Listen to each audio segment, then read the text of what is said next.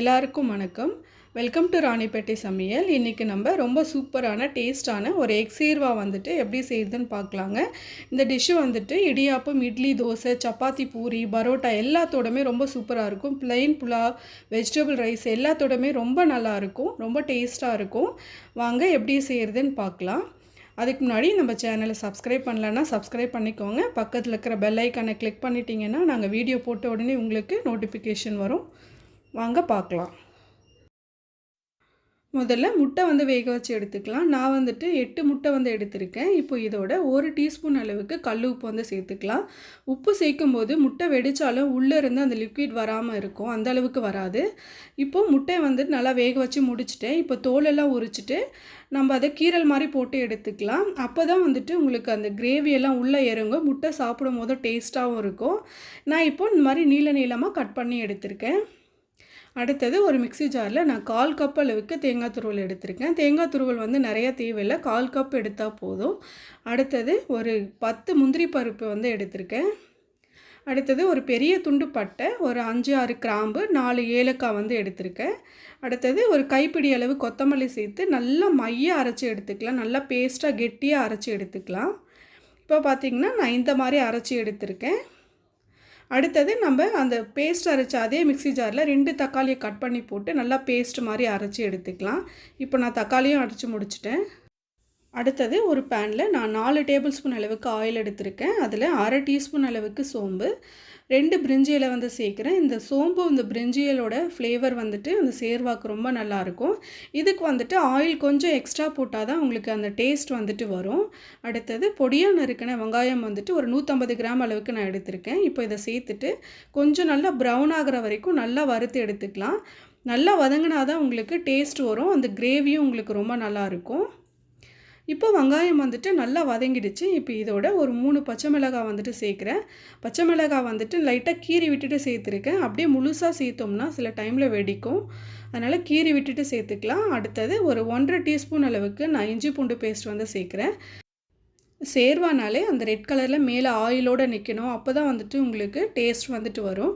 அதனால் ஆயில் கொஞ்சம் எக்ஸ்ட்ரா போட்டால் தான் உங்களுக்கு நல்ல டேஸ்ட் வரும். இப்போ இஞ்சி பூண்டு பேஸ்ட் நல்லா வதங்கிடுச்சு. அடுத்தது நம்ம அரைச்சி வச்சா தக்காளியை சேர்த்துடலாம். தக்காளியை சேர்த்துட்டு கொஞ்சம் மீடியம் ஃப்ளேமில் வச்சுட்டு அது நல்லா தக்காளி வதங்கிடணும், பச்சை ஸ்மெல்லாம் போயிட்டு. அது நல்லா வதங்குச்சுன்னா உங்களுக்கு ஆயில் லைட்டாக பிரிய ஆரம்பிக்கும், அது வரைக்கும் நல்லா வதக்கி எடுத்துக்கலாம். இப்போது தக்காளி நல்லா வதங்கிடுச்சு, அந்த ஆயிலெலாம் நல்லா பிரிய ஆரம்பிச்சிருச்சு. இப்போ நம்ம தேங்காய் முந்திரி அரைச்சி வச்சுருக்க பேஸ்ட்டை சேர்த்துடலாம். இந்த பேஸ்ட்டை சேர்த்துட்டு மீடியம் ஃப்ளேமில் வச்சு நல்லா வதக்கி எடுத்துக்கலாம். ஏன்னா நம்ம பட்டை, கிராம்பு, ஏலக்காய்லாம் போட்டு அரைச்சிருக்கோம், அது நல்லா வதங்கினா தான் அந்த ஃப்ளேவர் ரொம்ப நல்லா வரும். அதனால் மீடியம் ஃப்ளேமில் வச்சுட்டு நல்லா வதக்கினோம்னா அந்த ஃப்ளேவர் ரொம்ப நல்லா வரும். ஆயிலெலாம் பிரிஞ்சு வர வரைக்கும் நல்லா வதக்கி எடுத்துக்கலாம். அப்போ தான் உங்களுக்கு கிரேவி ரொம்ப டேஸ்ட்டாக இருக்கும். இப்போ இது வதங்குற வரைக்கும் நம்ம வெயிட் பண்ணலாம். இப்போ இந்த பேஸ்ட் நல்லா வதங்கிடுச்சு, ஆயிலெலாம் பார்த்திங்கன்னா பிரிய ஆரம்பிச்சிருச்சு. இப்போ இதோட 1 டீஸ்பூன் அளவுக்கு நான் மிளகாத்தூள் சேர்த்துருக்கேன். அடுத்தது ஒரு 1/4 டீஸ்பூன் அளவுக்கு மஞ்சள் தூள் சேர்த்துக்கலாம். அடுத்தது 1 டீஸ்பூன் அளவுக்கு தனியாத்தூள் சேர்க்கலாம். இப்போ இதை அந்த மசாலாவோட நல்லா வதக்கி எடுத்துக்கிட்டோம்னா இந்த மசாலாவோட பச்சை ஸ்மெல்லும் போயிடும். உங்களுக்கு கொஞ்சம் மீடியம் ஃப்ளேமில் வச்சு வதக்கினோம்னா உங்களுக்கு தீஞ்சு போகாமல் இருக்கும். இப்போ இந்த மசாலா நல்லா வதங்கிடுச்சு, அந்த ஆயிலெலாம் பார்த்திங்கன்னா நல்லா பிரிய ஆரம்பிச்சிருச்சு.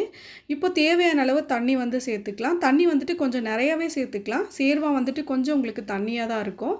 இப்போ தண்ணி சேர்த்துட்டு இதை எல்லாத்தையும் நல்லா மிக்ஸ் பண்ணி எடுத்துக்கலாம். இப்போ இந்த சேர்வாக்கு தேவையான உப்பு இப்போ நான் இதோட சேர்த்துருக்கேன்.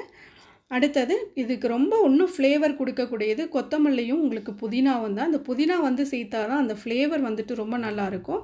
புதினாவும் கொத்தமல்லியும் இப்போ சேர்த்துடலாம். இப்போ இது லைட்டாக கொதிக்க ஆரம்பிச்சிருச்சு. இப்போ நம்ம கட் பண்ணி வச்சுருக்க முட்டையெல்லாம் சேர்த்துடலாம். இந்த சேர்வா ரொம்ப நேரம் கொதிக்கணும்லாம் அவசியம் இல்லை, ஏன்னா நம்ம ஆல்ரெடி அந்த மசாலாவெல்லாம் நல்லா வதக்கி எடுத்துருக்கோம். அதனால் இது லைட்டாக கொதிக்க ஆரம்பித்த உடனே முட்டையெல்லாம் சேர்த்துட்டு ஒரு மூடி போட்டு க்ளோஸ் பண்ணி ஒரு 6லேருந்து 7 நிமிஷம் வச்சு எடுத்தோம்னா சூப்பரான எக் சேர்வா உங்களுக்கு ரெடி ஆகிடும். அந்த மசாலாலாம் நல்லா வதக்கி எடுத்தோம்னா டேஸ்ட் ரொம்ப நல்லாயிருக்கும்.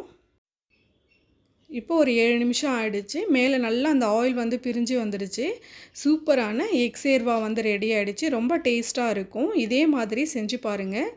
எப்படி இருக்குன்னு சொல்லி கமெண்ட் பண்ணுங்கள். மறக்காமல் எங்கள் சேனலுக்கு சப்ஸ்கிரைப் பண்ணுங்கள். பக்கத்தில் இருக்கிற பெல் ஐக்கானை கிளிக் பண்ணிட்டீங்கன்னா நாங்கள் வீடியோ போட்ட உடனே உங்களுக்கு நோட்டிஃபிகேஷன் வரும். தேங்க்யூ.